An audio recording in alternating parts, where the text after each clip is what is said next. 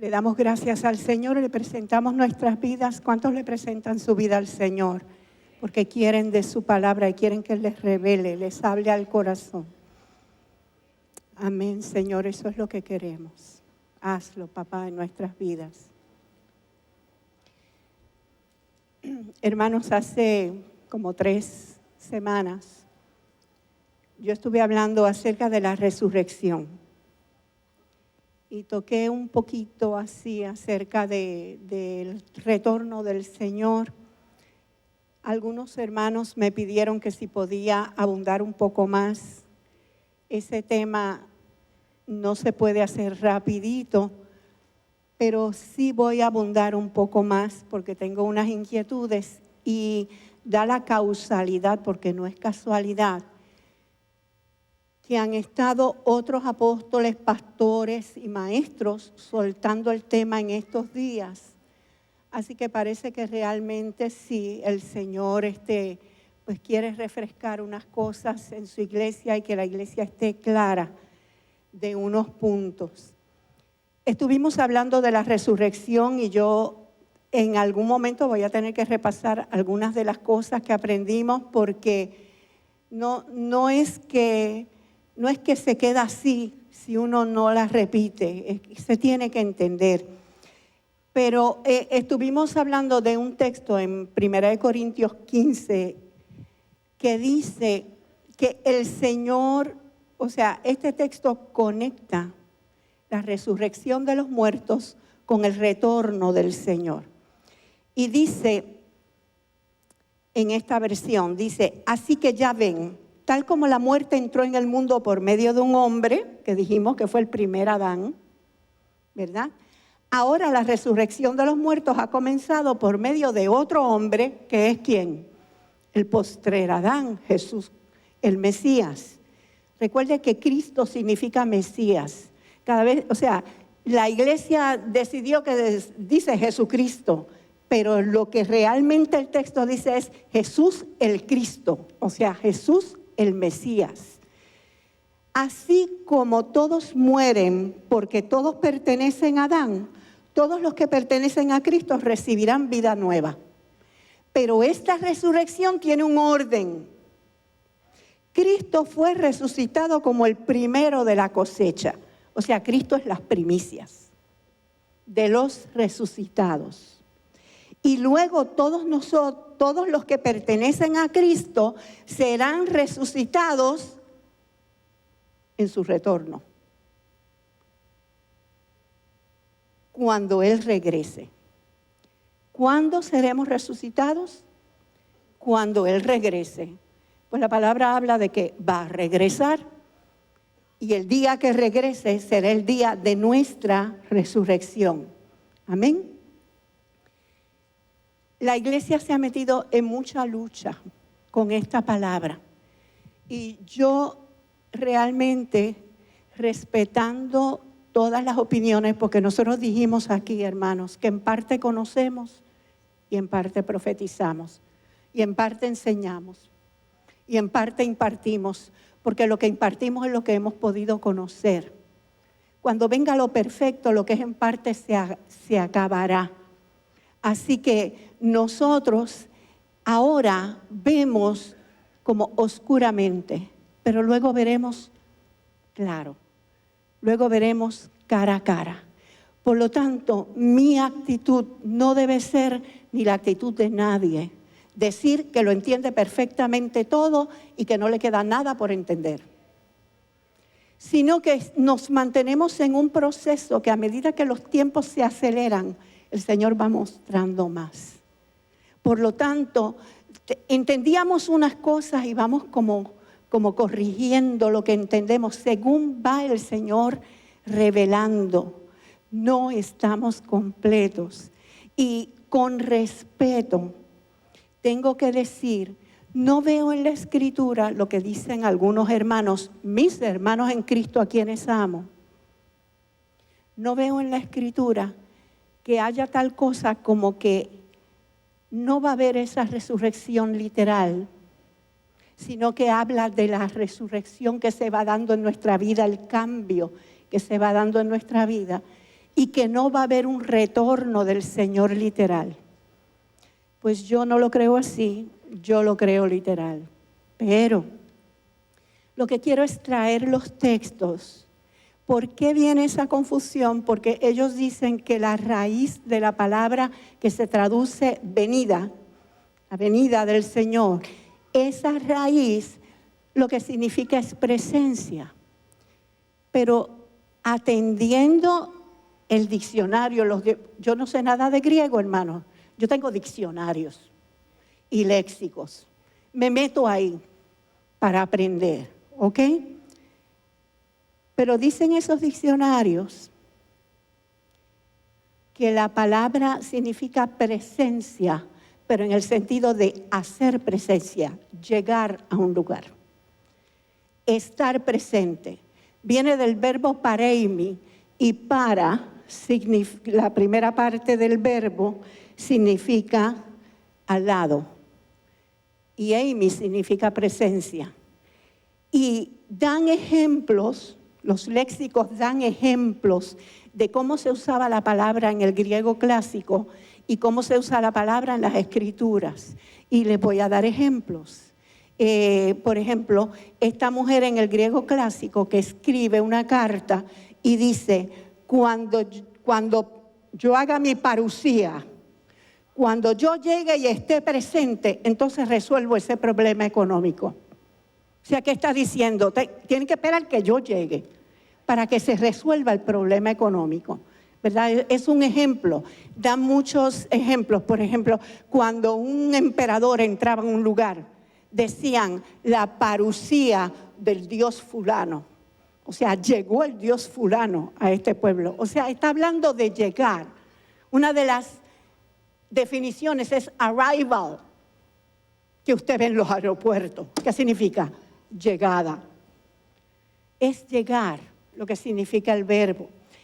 No es presencia. Hay otra palabra en griego que se traduce presencia en otros textos, que es la misma que panin en hebreo, rostro. Hablar de estar en la presencia del Señor.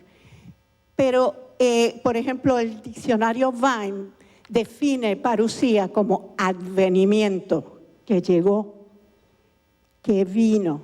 ¿Entienden la diferencia? Entonces hay una gran pelea en la iglesia porque algunos dicen, no es que Él viene, es que está hablando de su presencia. Pero vamos a ver los textos. Si ustedes ya no se cansaron con el griego y con los detalles, vamos a ver los textos, a ver qué es lo que dice la palabra. Por ejemplo, hablando de parusía, Pablo dijo, me regocijo con la parusía de Estefana, Fortunato y Acaico. Si alguno quiere esos nombres para los nenes, pues ya tiene ahí algunos para escoger. Pues ellos han suplido nuestra ausencia. ¿De qué está hablando? Cuando llegaron esos tres, que tienen nombres tan lindos, ¿verdad?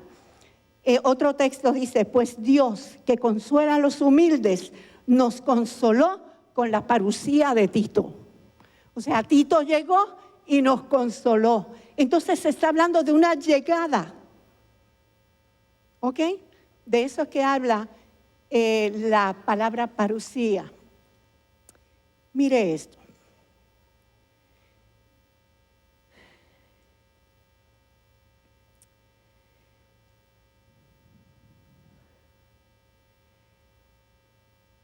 En Marcos 16, 19, la voy a leer de la nueva versión de las Américas, Nueva Biblia de las Américas, dice, entonces el Señor Jesús, después de hablar con ellos, fue recibido arriba en el cielo y se sentó a la diestra de Dios. ¿Cuántos saben que eso pasó?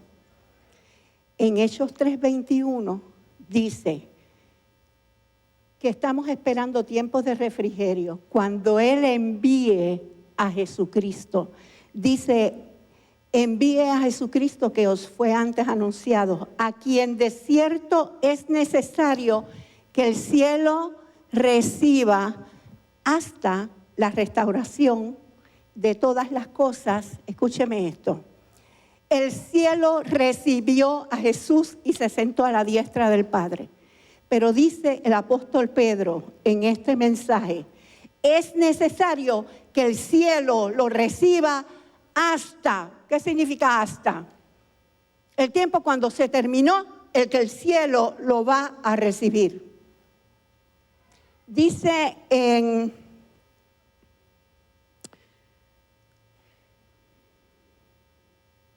No lo dice porque no lo copié, está bien.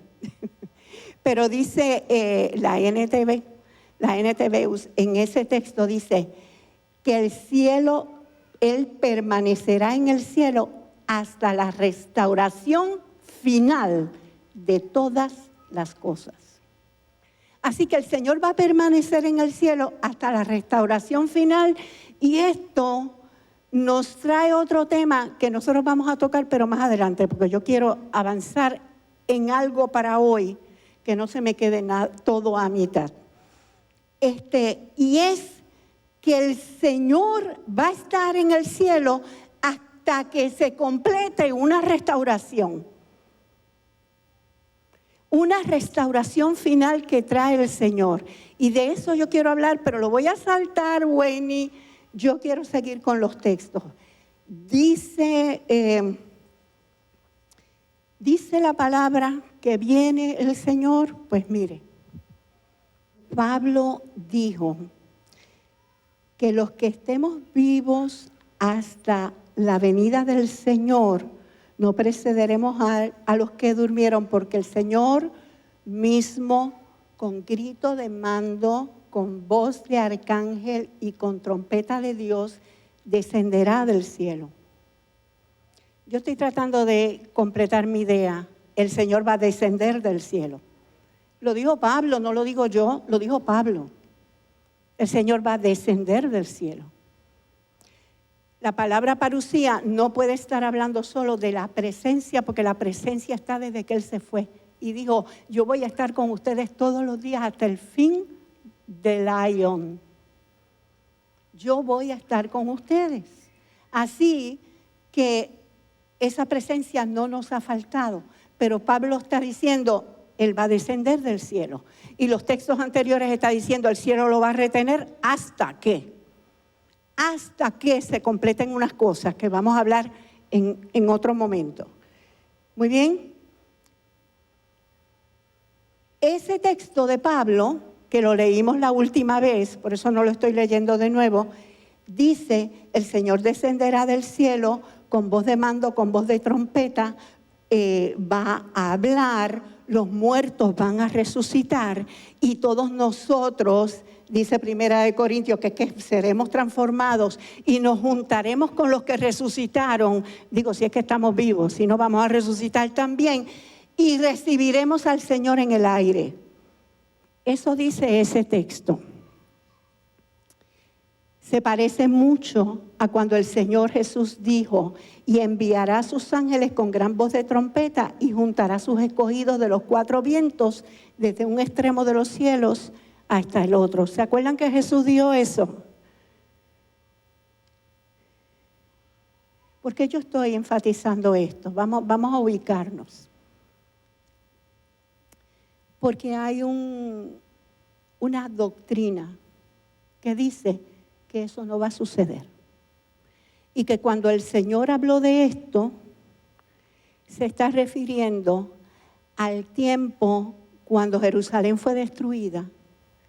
Y entonces es tipológico. Y dan ciertas explicaciones de cómo es tipológico. Me parece a mí que no es tipológico. Me parece que tanto el Señor como los apóstoles dijeron que Él viene. Así que vamos a ver los textos. En Filipenses, capítulo 3, versos 20 al 21, vamos ahora a cogerlo suave. Filipenses 3, 20 al 21, necesito un poco de agua, si me hacen el favor. Dice, mas nuestra ciudadanía está en los cielos, de donde también esperamos al Salvador. ¿Quién está aquí? Todos despertaron, estamos aquí. Nuestra ciudadanía está ¿dónde? En los cielos, de donde esperamos al Salvador. ¿Viene el Salvador de los cielos? Dice que viene. Lo estamos esperando. ¿Ok? Lo estamos esperando. Y sigue diciendo, al Señor Jesucristo, el cual transformará el cuerpo de la humillación nuestra para que sea semejante al cuerpo de la gloria suya. Entonces, cuando Él venga, porque lo estamos esperando y va a venir, dice que va a transformar nuestro cuerpo, que este cuerpo de nuestra humillación, este cuerpo que te ha hecho pecar, este cuerpo que se te enferma, a pesar de que tú sabes que el Señor te sanó, este cuerpo de la humillación nuestra va a ser transformado a semejanza del cuerpo de la gloria de Él. Nosotros estamos siendo transformados en nuestro espíritu. El Señor está sanando nuestra alma y el Señor está sanándonos de enfermedades, pero nuestro cuerpo sigue siendo incorruptible y llega el día en que deja de ser corruptible, porque dijo Pablo en 1 Corintios, ¿se acuerdan? Lo trajimos la última vez, tienen que oír eso. Es necesario que esto corruptible se vista de incorrupción para heredar lo incorruptible. Amén, y eso es lo que va a pasar. En 1 de Tesalonicenses capítulo 1, versos 9 al 10, si pudiéramos ver, por favor. Pablo está testificando de los tesalonicenses diciendo de cómo se convirtieron de los ídolos a Dios para servir al Dios vivo y verdadero y esperar de los cielos a su Hijo, el cual resucitó de los muertos. O sea, el Señor dice, Pablo dice, ustedes se convirtieron al Señor para servirle y para esperar a su Hijo, que viene de los cielos. O sea que ellos enseñaban que esperaran al Señor y que el Señor venía. Amén. Y ese texto termina diciendo a Jesús, quien nos libra de la ira venidera. ¿De qué ira es que nos libra? ¿De cuál es la ira venidera? La ira de lo que va a pasar el día que Él venga. Porque dice, esa es de la ira que nos va a librar. Hay otras iras que pasamos porque hay pecados que provocan la ira de Dios y el Señor corrige. Y además de eso, vamos a pasar periodos en que la tierra esté bajo la ira de Dios y en medio de la ira nosotros guardados, como le pasó a Israel en medio de Egipto. La ira de Dios estaba cayendo sobre Egipto, pero no tocó a Israel. Eso puede suceder. ¿Cuántos creen que puede suceder? ¿Cuántos creen que ya estamos viendo un montón de cosas que hace unos años nos dijeron que nosotros nos habríamos ido antes y no las íbamos a ver? Las vamos a ver desde adentro, desde la casa donde está la presencia del Señor. Por eso dice, tinieblas cubrirán la tierra, pero sobre ti amanecerá el Señor. Y las naciones verán tu luz. Amén. Bueno.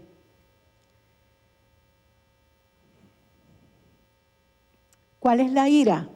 Romanos dice, por tu dureza de corazón no arrepentido atesoras para ti ira para el día de la ira y de la revelación del justo juicio de Dios, el cual pagará cada uno conforme a sus obras.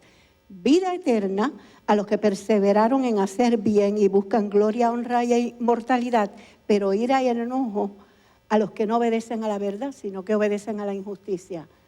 Va a haber un día en que se decida si recibes bendición o recibes ira. Ok. En Hebreos 9:28 dice: así también Cristo fue ofrecido una sola vez para llevar los pecados de muchos y aparecerá por segunda vez, sin relación con el pecado, para salvar ¿a quién? A los que le esperan. ¿Está esperando la iglesia al Señor? Sí, está esperando la iglesia al Señor.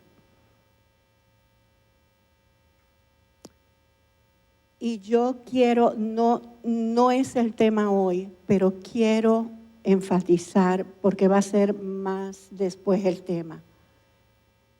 El Señor Jesús y los apóstoles hablaron de que Él vuelve otra vez. Y dice aquí, aparecerá por segunda vez para salvarnos. No hay tal cosa, hermanos, como que aparecerá otra vez más después de esa. No son 3 veces. Él vuelve, punto.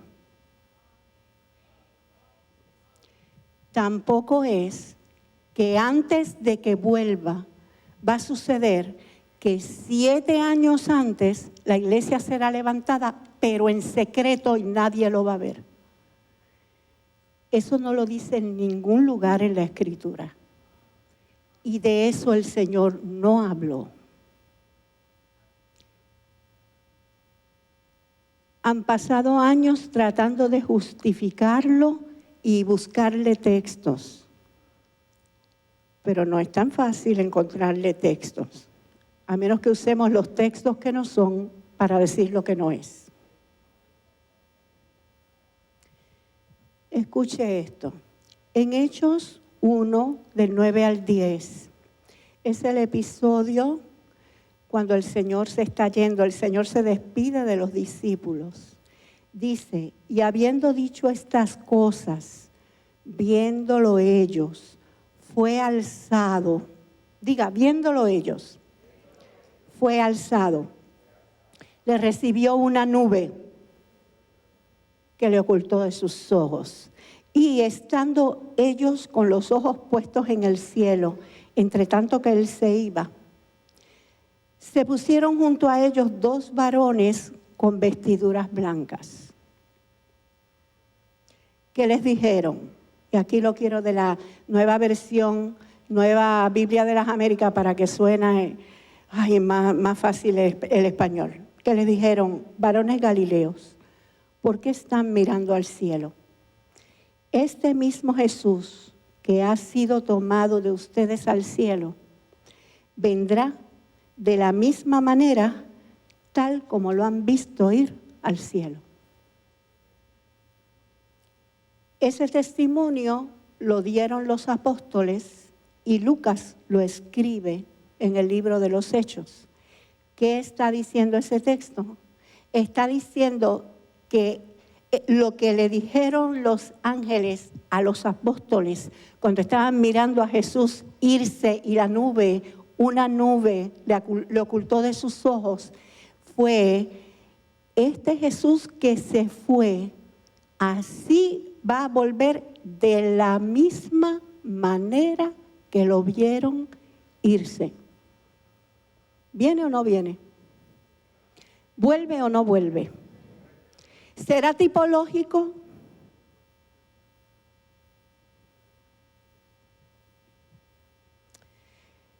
Ahora quiero aprovechar y traer Apocalipsis 1:7 y otro adelanto, Apocalipsis 1:7. Y de una vez recordamos lo que se habló hace 3 semanas. Apocalipsis 1:7 dice, Él viene con las nubes y todo ojo lo verá, aun los que lo traspasaron. Y todas las tribus de la tierra harán lamentación por él. Sí, amén. ¿Qué dice ese texto? Que él viene con las nubes. ¿Viene o no viene? Viene con las nubes. ¿Será tipológico? Pues hasta ahora no me parece que sea tipológico, pero bueno, no voy a pelear con nadie por eso. El hermano en Cristo que crea que es tipológico y que él no viene, lo amo igual. Y usted ámelo igual. No se ponga... Los amamos igual. Viene con las nubes y dice, y todo ojo lo verá. No, pero cuando venga primero, porque son 2 veces, nadie lo va a ver. Ok, aquí está el texto que dice que lo van a ver. Debe ser que esa es la última vez. Entonces, ¿dónde habla de la primera? Porque todos los textos que leemos, entonces se están refiriendo a la segunda, a la tercera vez. Entonces, ¿cuáles son los textos que hablan de la otra? Estoy diciéndole, no existen. ¿Por qué dice ahí? Ok, todo ojo lo verá. Y dice, y los que lo traspasaron. Y los que lo traspasaron lo verán. Cuando Él venga, los que lo traspasaron lo van a ver venir. ¿Por qué, hermanos? Porque dijimos la vez anterior, hace 3 semanas, hablando de la resurrección, que lo que el Señor Jesús dijo fue, y llega la hora en que todos los que están en los sepulcros oirán su voz. Y los que hicieron lo bueno saldrán a resurrección de vida, mas los que hicieron lo malo a resurrección de condenación. Entonces, el Señor había dicho, tu hermano resucitará. Sí, yo sé que resucitará en la resurrección, en el día postrero. ¿Se acuerdan de Marta? Ok, en ese día postrero hay resurrección, una única resurrección. Hay resurrección de justos y de injustos. Y los injustos que lo traspasaron, lo van a ver. Ay, rompiendo, ¿verdad? Lo que me han enseñado toda la vida. Dice Mateo 24, y yo quiero empezar, Wayne, si se puede, con el verso 31.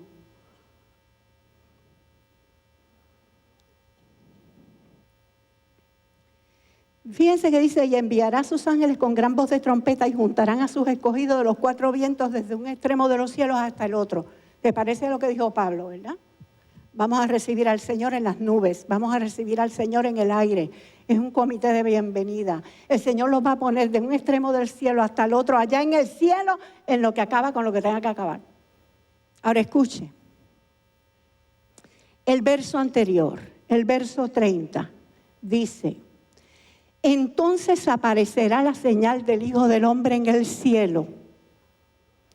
Y entonces lamentarán todas las tribus de la tierra y verán al Hijo del Hombre viniendo sobre las nubes del cielo con poder y gran gloria.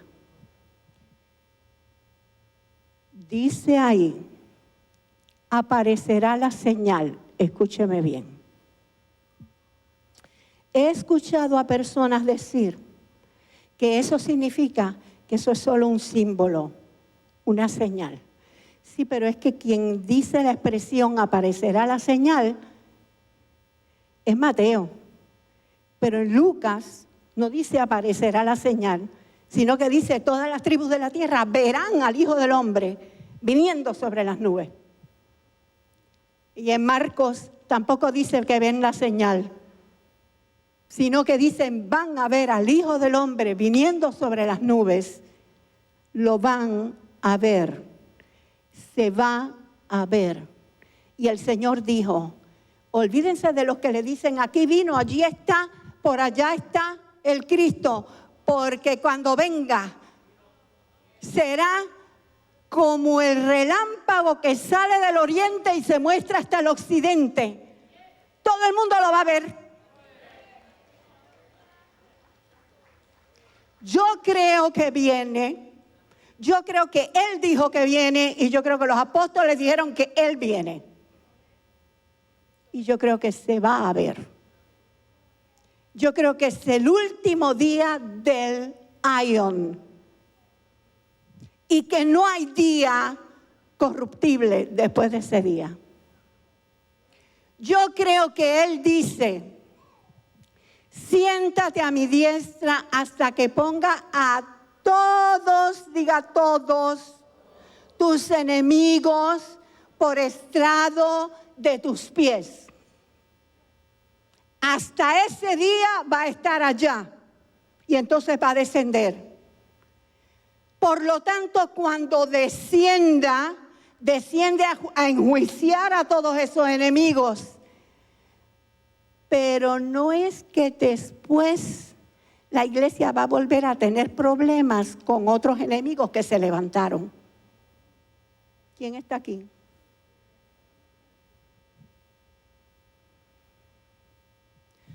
Todo lo que Apocalipsis o cualquier libro hable de enemigos posteriores que se levanten, pues no es posteriores a la venida del Señor.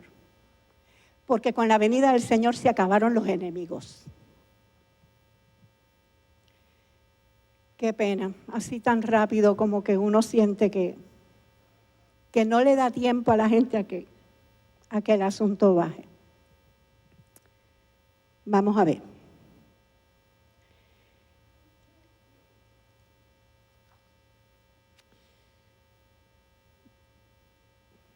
Estoy saltando, Wayne, sorry. Vamos a Mateo 24, del 1 al 3.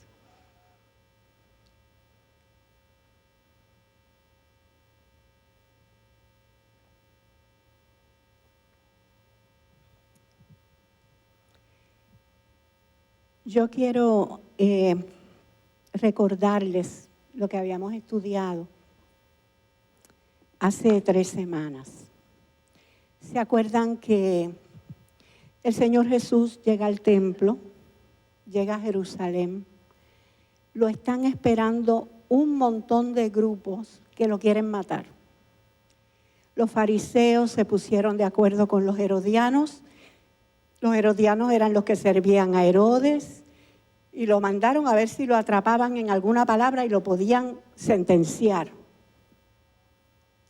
Detrás de los herodianos, eso los ubico en Lucas 20 o en Mateo 22. Pero síganme, por favor. ¿Cuántos me pueden seguir? ¿Cuántos están aquí conmigo? Después de los herodianos llegaron los saduceos con la pregunta de la resurrección. ¿Se acuerdan de esa era la que estábamos estudiando? La pregunta de la resurrección. En ese momento es que el Señor habla de lo que es el aion. Y les dice, ustedes están errando porque ustedes no entienden la palabra. Y les dice, los hijos de este siglo se casan y se dan en casamiento, pero los que fueran tenidos por dignos del otro siglo, del siglo venidero, donde hay resurrección, son como los ángeles de Dios en el cielo y no se dan en casamiento. Y no pueden ya más morir. Entonces se está hablando de otro aion en el que ya no se puede morir. Pues termina la discusión del aion y vienen los fariseos entonces a atacarlo, a ver si lo podían entrampar. Cuando vieron que ni los herodianos ni los saduceos pudieron, vienen los fariseos, le hacen la pregunta de cuál es el mandamiento más importante. Dice Mateo, cuando todos se tuvieron que callar, porque el Señor Jesús le tenía contestación y le cayó la boca a todos. Él dijo, ahora yo les voy a hacer una pregunta. ¿de quién es hijo el Cristo? Y ellos rápido dijeron, pues de David. Y el Señor les dijo, ¿de David? ¿Y cómo es que David dice de él? Dijo el Señor a mi Señor, siéntate a mi diestra hasta que ponga a tus enemigos por estrado de tus pies. ¿Cómo que es hijo de David y David lo llama Señor? Y dice que de ahí en adelante no volvieron a hacer preguntas. Entonces Jesús le habló a la multitud y le dijo, en la cátedra de Moisés se sientan los escribas y los fariseos. Así que todo lo que ellos les manden a hacer, háganlo. Pero no hagan como ellos, porque ellos dicen y no hacen. Porque atan cargas pesadas, las ponen sobre los hombres, pero ellos ni con un dedo las quieren mover. Y por fuera son limpiecitos y bonitos, pero por dentro son como sepulcros. Y el Señor agarró a los fariseos, a los escribas, a los intérpretes de la ley, a todos ellos, y les dijo unas cuantas cosas.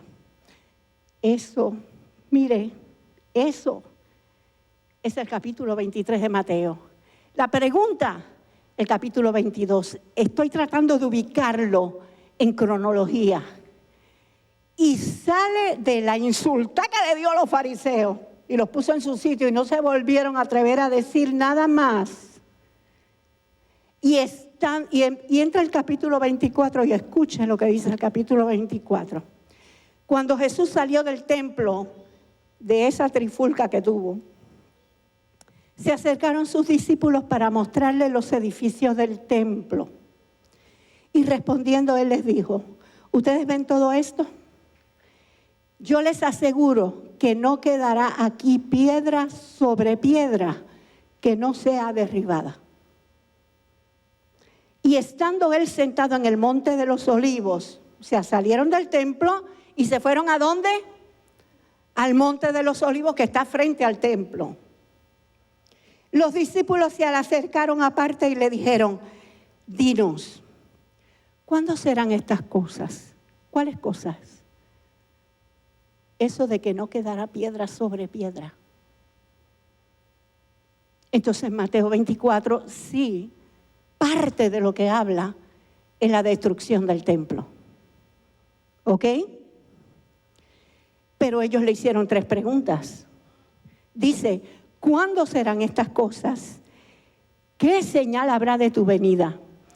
Hacía poco el Señor les había dicho, el que se avergüence de mí, en medio de esta generación malvada y perversa, yo me avergonzaré de él cuando venga en la gloria de mi Padre con los santos ángeles. Acababa de decirles eso. Aparte de muchas maneras que les habló de que él vuelve. Y las parábolas eran todas. Y se fue aquel hombre y cuando regresó sus sirvientes no estaban haciendo esto. O cuando regresó las vírgenes estaban despistadas. O cuando regresó, continuamente él habló de su regreso. ¿Quiénes están aquí? Ahora yo estoy en Mateo 24 diciéndoles, ellos le hicieron 3 preguntas al Señor. De 3 temas que se ven en esos capítulos. ¿Cuándo va a suceder eso que tú dices que no va a quedar piedra sobre piedra? ¿Cuándo es tu venida? Y la otra,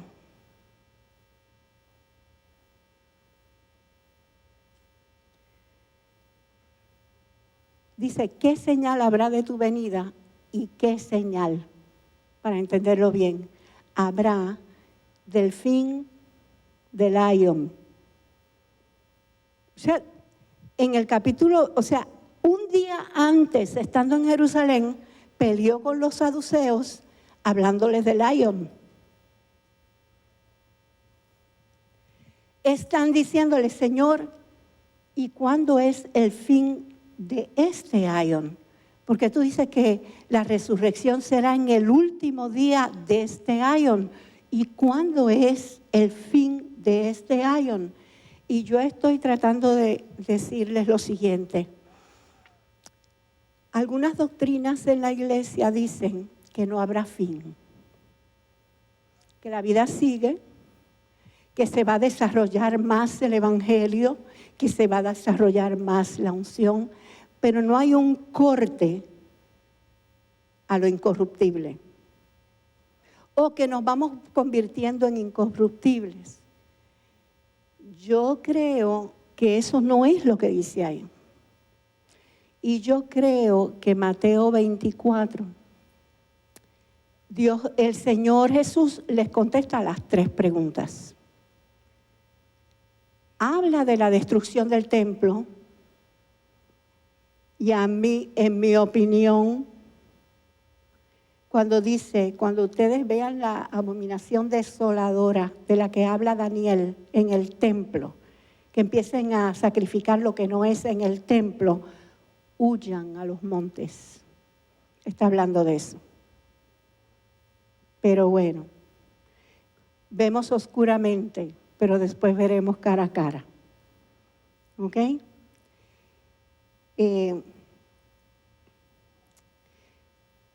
Sí hay un fin. Sí hay un fin. El Señor les dijo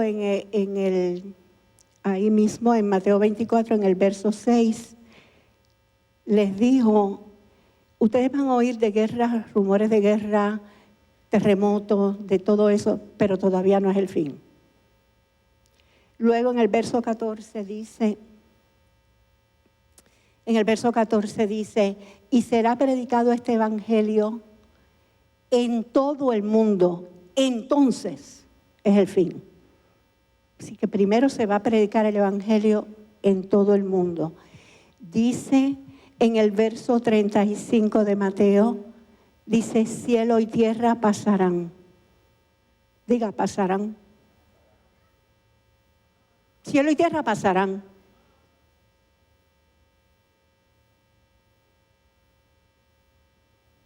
Pero mis palabras no pasarán. Dice en Mateo 5:18, porque de cierto os digo que hasta que pasen el cielo y la tierra, ni una iota, ni una tilde pasará de la ley hasta que todo se haya cumplido. ¿Qué está diciendo? Que van a pasar el cielo y la tierra. Hay un fin, hermanos. Dice Pedro, 1 Pedro 4, dice,